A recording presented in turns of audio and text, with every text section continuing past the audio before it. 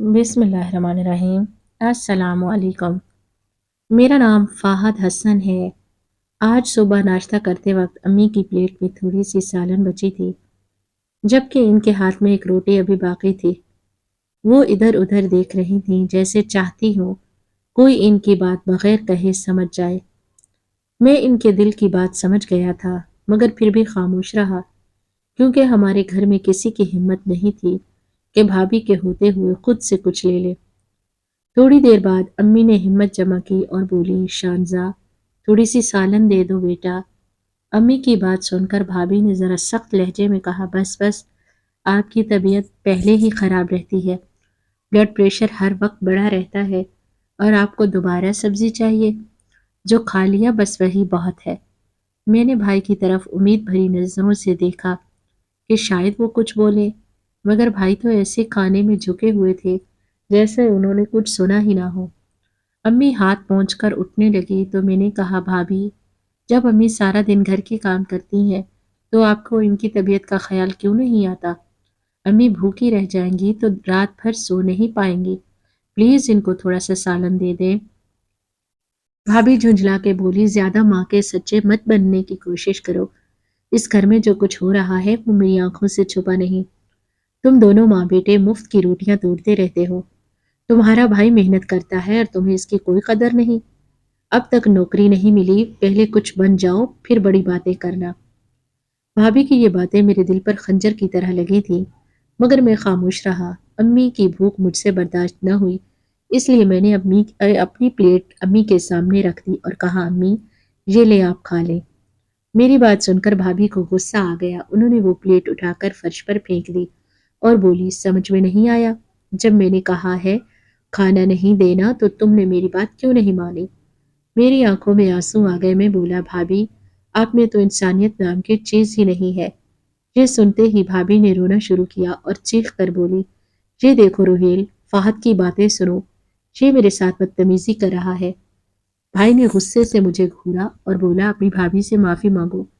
मैं बोला, भाई, जब भाभी अम्मी के साथ ज्यादती कर रही थी तब आप बिल्कुल गूंगे बहरे बने बैठे थे। अब अचानक आपको एहसास हो गया है कि गलती हो रही है। आप तो बिल्कुल बीवी के गुलाम बन गए, आपको अपनी माँ का ख्याल भी नहीं।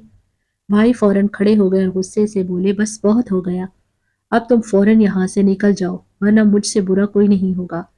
मेरा जब्त भी टूट गया। मैं बोला, सच भी यही है भाई, आपसे बुरा कोई है भी नहीं। ये सुनकर भाई ने मेरे मुंह पर थप्पड़ मारा और धक्के देकर घर से निकाल दिया। मैं हैरान परेशान खड़ा था, मुझे यकीन नहीं आ रहा था कि ये सब मेरी जिंदगी में हो रहा है। अम्मी रोते हुए बोली, रोहेल, तुम्हें क्या हो गया है? तुम फहद को यूं घर से नहीं निकाल सकते। ये घर इसका भी है, तुम दोनों भाइयों का बराबर हिस्सा है। मगर भाई चीख कर बोला, अम्मी, अगर आपको अपने दूसरे बेटे की इतनी फिक्र है तो आप भी इसके साथ चली जाए। मैं अपने घर में ये सब बर्दाश्त नहीं कर सकता। इसने अम्मी को भी घर से निकाल दिया। मुझे अपनी फिक्र नहीं थी। मैं तो कहीं भी रह सकता था, सड़क पर सो सकता था, मगर अम्मी को कहाँ रखूं? दिल कांप उठा। अम्मी, आपको घर छोड़कर नहीं आना चाहिए था, वो आपके शौहर का घर है, आप वहीं रहती। अब मैं आपको लेकर कहाँ जाऊं? मेरे पास तो रहने को जगह भी नहीं। अम्मी रोते हुए बोली, ठीक है ना, इसे मेरी जरूरत है और ना तुम्हें मेरी परवाह। इससे बेहतर है मैं मर जाऊं, जहर खा लूं। पहले एक बेटे ने घर से निकाला, अब दूसरा बेटा भी धुतकार रहा है। अब बताओ मैं कहाँ जाऊं? मैंने इनके कदम पकड़ कर कहा, अम्मी, ऐसी बातें ना करें। आप मेरी इस मजबूरी समझने की कोशिश करें। मैं आपसे जान नहीं छुड़ा रहा, बस परेशान हूं कि आपको कहाँ रखूं, मेरे पास कोई ठिकाना नहीं है। अम्मी ने मेरे सर पे हाथ रखा, कहा, बेटा, फिक्र ना करो, तुम्हारी माँ तुम्हारे साथ है, अल्लाह जरूर कोई रास्ता निकालेगा। मैं अम्मी को लेकर अपने एक दोस्त के घर गया, क्योंकि मेरे पास और कोई रास्ता नहीं था। होटल में ठहरने के पैसे नहीं थे और अम्मी के खाने के लिए भी जेब खाली थी। दोस्त ने मेरा और अम्मी का बहुत अच्छे तरीके से इस्तकबाल किया। मैंने कहा, मैं बस 2 दिन रहूंगा फिर चला जाऊंगा। वो बोला, फहद, तुम अम्मी के साथ आए हो, जब तक चाहो यहाँ रह सकते हो। मुझे पता था वो भी मेरी तरह अपने वालिदैन के सहारे पल रहा है, ज्यादा दिन हमारा खर्च नहीं उठा सकता। मैं किसी पर बोझ बनना भी नहीं चाहता था, इसलिए मैं अम्मी को वहीं छोड़कर नौकरी की तलाश में निकल पड़ा। ये तो नसीब की बात होती है ना, किसी के हाथ में अल्लाह दौलत की कुंजियां दे देता है और किसी के हाथ खाली रह जाते हैं। मेरा भाई मुझसे कम पढ़ा लिखा था मगर इसे एक बड़े होटल में मैनेजर की नौकरी मिली हुई थी। तनख्वाह भी अच्छी खासी थी, जबकि मैं जो इससे ज़्यादा तालीम याफ्ता था, सड़कों पर धक्के खा रहा था। चूँकि अम्मी महफूज़ जगह पर थी, मैं सुबह सवेरे उठकर नौकरी की तलाश में निकल जाता, रात 10 बजे वापस आता। मैंने दोस्त से 2 दिन का वक़्त माँगा मगर अब 4 दिन गुज़र चुके थे, नौकरी कहीं नहीं मिली थी। दिल में अजीब घबराहट थी कि आखिर मैं क्या करूँ? चौथे दिन सुबह मैंने सोचा, अब बस मैं दोस्त के घर से निकल जाऊँगा। आगे जो अल्लाह को मंज़ूर होगा वही होगा। मैं एक बार फिर शहर की गलियों में नौकरी की तलाश में भटकने लगा, कई जगह गया, मगर हर तरफ से मायूसी मिली। थक हार कर एक दीवार के साए में बैठ गया। तब मेरी नज़र एक कागज़ पर पड़ी जो दीवार पर चिपसा था। इस पर लिखा था, एक अस्पताल में चपड़ासी की ज़रूरत है, तनख्वाह 10,000, रिहाइश फ्री। ये पढ़कर मेरी आंखों में आंसू आ गए। मैंने खुद से कहा, फ़ाहद ये नौकरी तुम्हारे लिए नहीं है। तुमने एमबीए किया है, अब तुम चपड़ासी बनोगे। दिल जैसे खून से के आंसू रो रहा था मगर अम्मी का चेहरा आंखों के सामने आ गया। मैं फौरन उठा और दिए गए पते पर जा पहुंचा। जब अस्पताल के अमले को बताया कि मैं चपड़ासी की नौकरी के लिए आया हूं तो सब हैरान रह गए। मेरी शक्ल और सूरत का अंदाजे से ऐसा लगता था जैसे मैं किसी अच्छे घराने से हूँ।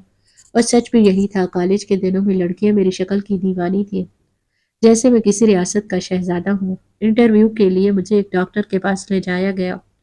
इसने मेरी फाइल देखकर कहा कि तुमने तो एमबीए किया हुआ है और अब तुम चपरासी बनना चाहते हो। ये नौकरी तो अनपढ़ लोगों के लिए है, जो मजदूरी से रोजी कमाते हैं। तुम ऐसा क्यों करना चाहते हो? मेरी आंखों में आंसू आ गए। मैं बोला, डॉक्टर साहब मैं बहुत मजबूर हूँ। कई जगह इंटरव्यू दिए मगर कुछ हासिल नहीं हुआ। इस वक्त मुझे नौकरी की सख्त ज़रूरत है, चाहे वो किसी भी दर्जे की क्यों ना हो। डॉक्टर ने चंद लम्हे सोचा, फिर बोला, अच्छा, अगर तुम इतने ही मजबूर हो तो मैं तुम्हें ये नौकरी दे देता हूँ। इसने मुझे चपड़ासी की नौकरी दे दी, साथ ही अस्पताल के पीछे एक छोटा सा फ्लैट भी मिल गया। मुझे समझ नहीं आ रहा था कि ये खुशी का मौका है या गम का।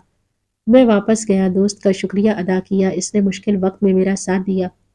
मैंने कहा, मैं अम्मी को लेकर जा रहा हूँ क्योंकि मुझे अस्पताल में रहने की जगह और नौकरी मिल गई है।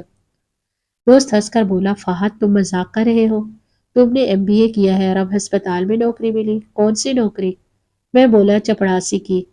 ये सुनकर इसकी आंखों में भी आंसू आ गए। वो बोला, यार, खुद पर इतना जुल्म मत करो, तुम्हारे लिए बेहतर मौका जरूर आएगा। जब तक तुम चाहो मेरे घर रह सकते हो। मैंने कहा, तुम्हारा शुक्रिया, मगर अब जब रोजी का दरवाजा खुला है तो इसे ठुकराना न शुक्री होगी। बहुत समझाने के बावजूद मैं नहीं रुका और अम्मी को लेकर अस्पताल के पीछे बने फ्लैट में शिफ्ट हो गया।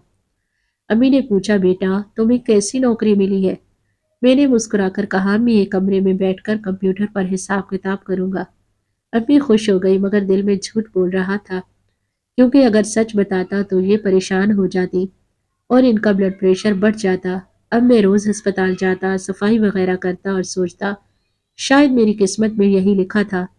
मैंने दिल से मान लिया कि हर इंसान अपनी किस्मत का ही खाता है। महीना गुजरा, मैंने ईमानदारी से काम किया।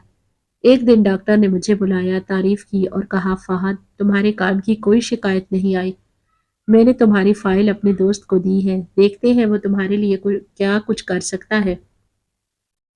ये सुनकर मेरी आंखों में खुशी के आंसू आ गए। मैंने कहा, डॉक्टर साहब, अगर ऐसा हो गया तो मैं जिंदगी भर आपका शुक्रगुजार रहूंगा।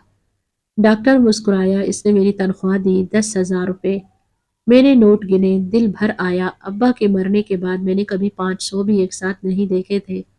500 के नोट देखने को तरसता था। मैं सोचने लगा, सबसे पहले मैं घर के लिए राशन लाऊंगा, अम्मी को अच्छा खाना खिलाऊंगा। मैंने नोट जेब में डाले ही थे कि अचानक एक औरत मेरे सामने आ खड़ी हुई। दोनों हाथ जोड़कर बोली, अल्लाह के वास्ते मेरी मदद करो बेटा। इसकी आंखों से आंसू बह रहे थे। मैंने पूछा, क्या हुआ है? वो बोली, कल मेरे बेटे का एक्सीडेंट हो गया। वो तेज मोटरसाइकिल चला रहा था, अब आईसीयू में है। ऑपरेशन के लिए पैसे चाहिए, मेरे पास कुछ नहीं। डॉक्टर कह रहे हैं अगर पैसे ना दिए तो वो इलाज बंद कर देंगे। बस थोड़ा सा दे दो बेटा, मेरे बच्चे की जान बच जाएगी।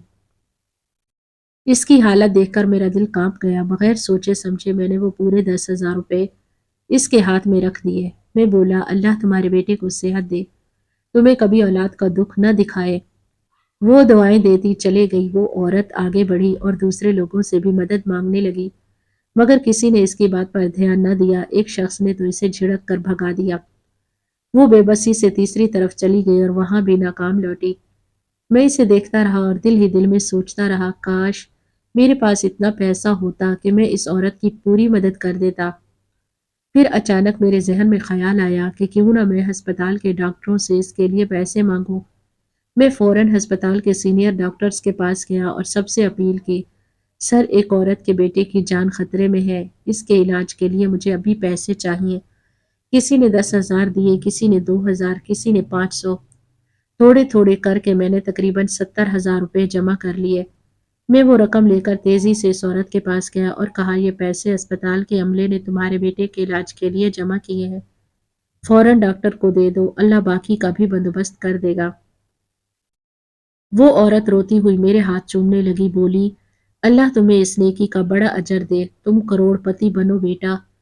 मैं मुस्कुरा दिया, दिल में सोचा, करोड़पति बनना तो मेरी किस्मत में कहा।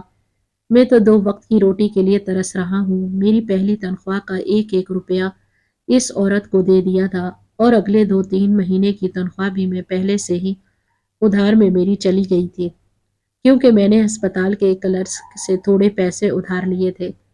घर में अब राशन खत्म था। जब मैं घर पहुंचा तो अम्मी दरवाजे पर इंतजार कर रही थी। बोली, बेटा क्या लाए हो आज? मेरा दिल शर्म से झुक गया, मगर मैंने झूठ बोला, अम्मी आज तनख्वाह नहीं मिली, कल मिलेगी, आप फिक्र ना करें। अम्मी ने मेरी तरफ देखा, कुछ ना बोली, बस आहिस्ता से सूखी रोटी और अचार खाने लगी। अम्मी के लिए अचार खाना ठीक नहीं था, क्योंकि इनका ब्लड प्रेशर बढ़ जाता था।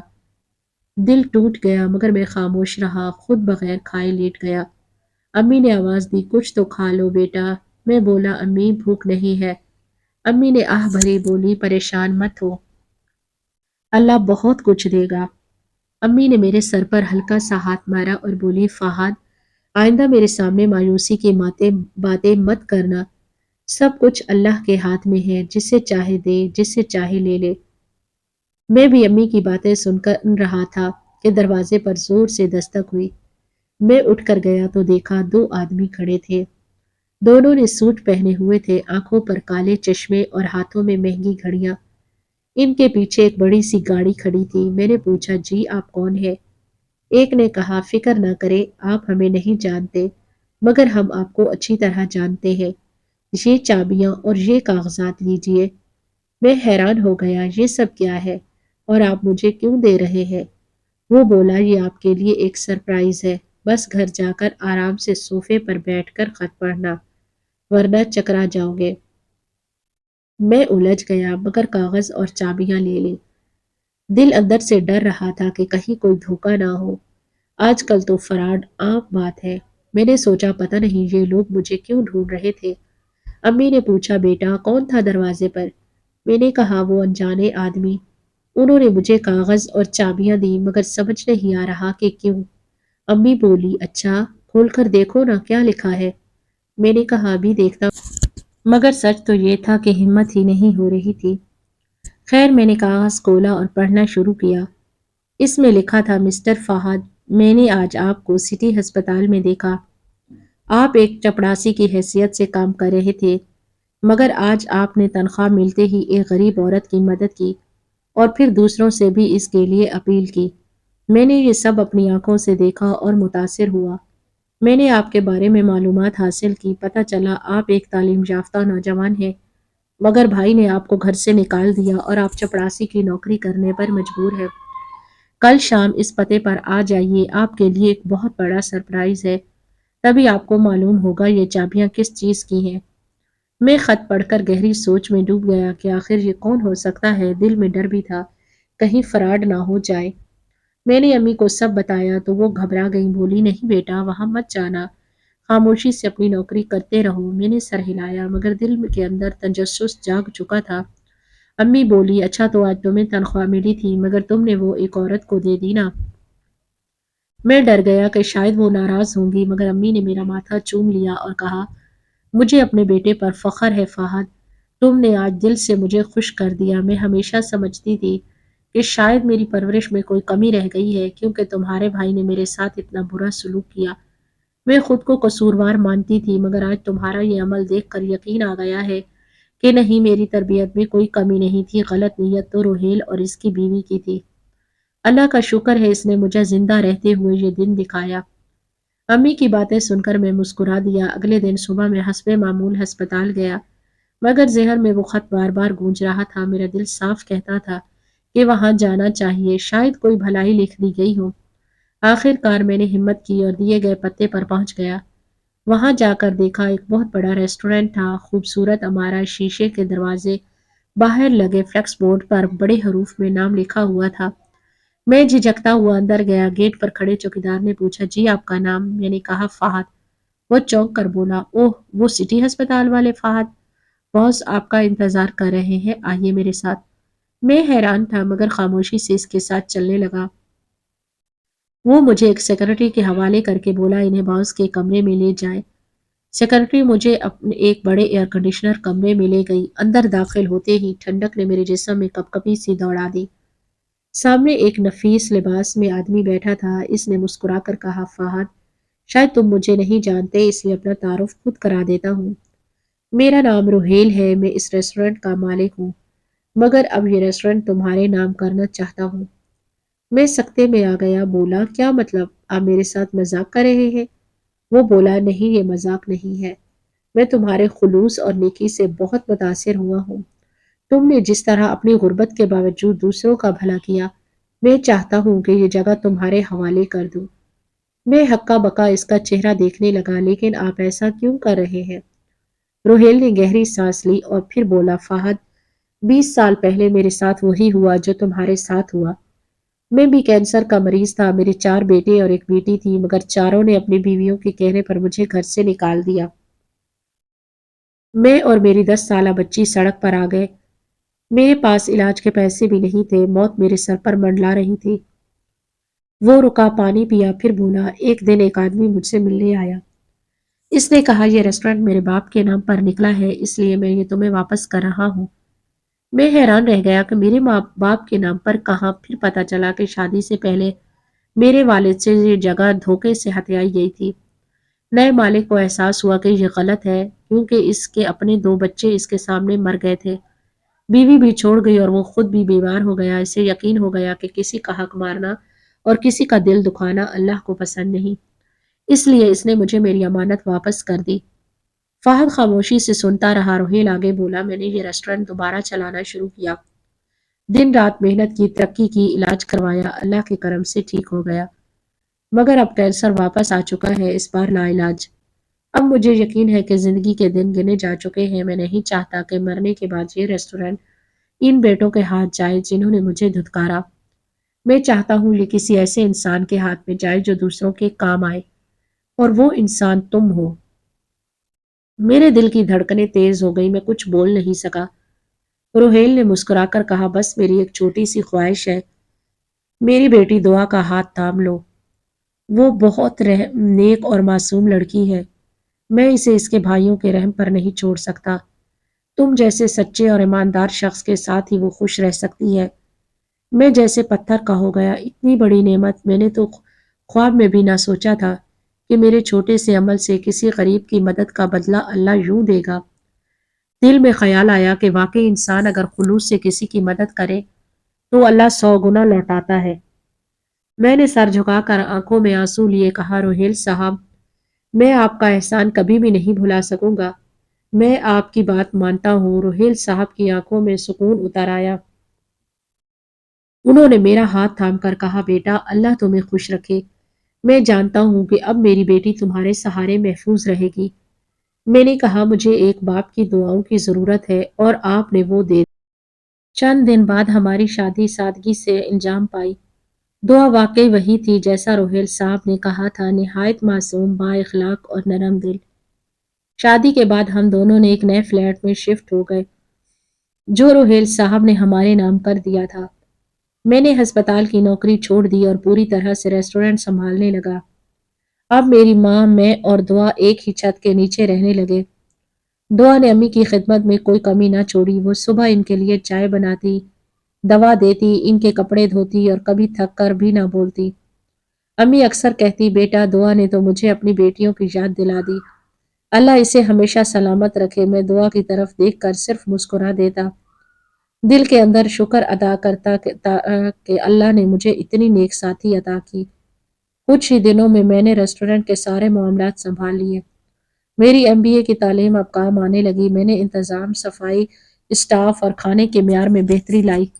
रोहेल साहब ने मुझ पर भरोसा किया और मैंने इस भरोसे को निभाया। अल्लाह का फजल हुआ कि चंद ही महीनों में रेस्टोरेंट पहले से दुगना चलने लगा।